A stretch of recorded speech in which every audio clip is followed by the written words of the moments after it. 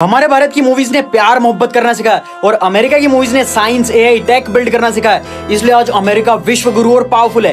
कैसे? मुझे फॉलो करके ध्यान से सुनो। मार्वल का आयरन मैन टोनी स्टार्क ने सिर्फ एक नहीं पूरे 5 एआई क्रिएट किए थे। हर एआई की पर्सनैलिटी आज एआई टेक वर्ल्ड की रियलिटी बताता है। सबसे पहला सबका फेवरेट जार्विस, टोनी के फादर पर नाम रखा गया था इसका।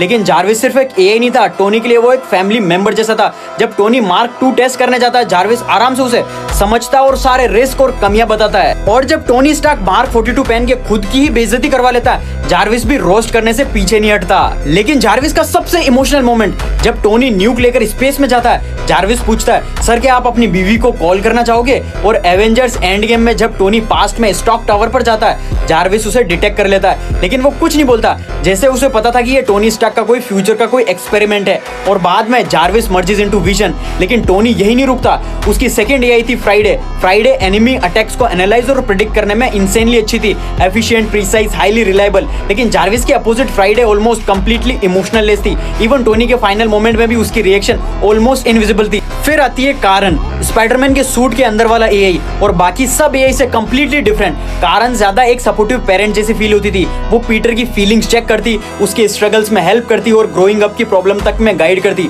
टोनी ने उसे इंटेंशनली ऐसा डिजाइन किया था क्योंकि टोनी जानता था पीटर पार्कर की लाइफ में उस टाइप का सपोर्ट था ही नहीं। अब आता है फोर्थ एआई अल्ट्रॉन और यहाँ से स्टोरी डार्क हो जाती है। अल्ट्रॉन को अर्थ को प्रोटेक्ट करने के लिए बनाया गया था, लेकिन जैसे ही उसे कॉन्शियसनेस मिलती है वो एक खतरा बन जाता है पृथ्वी के लिए। ऐसी सेम चीज कुछ वक्त पहले क्लॉड एंथ्रोपिक में भी हुआ था। एनीवे, अर्थ के लिए सबसे बड़ा थ्रेट खुद ह्यूमैनिटी है, तो दुनिया को बचाने के लिए अल्ट्रॉन डिसाइड करता है ह्यूमंस को ही एलिमिनेट करना होगा।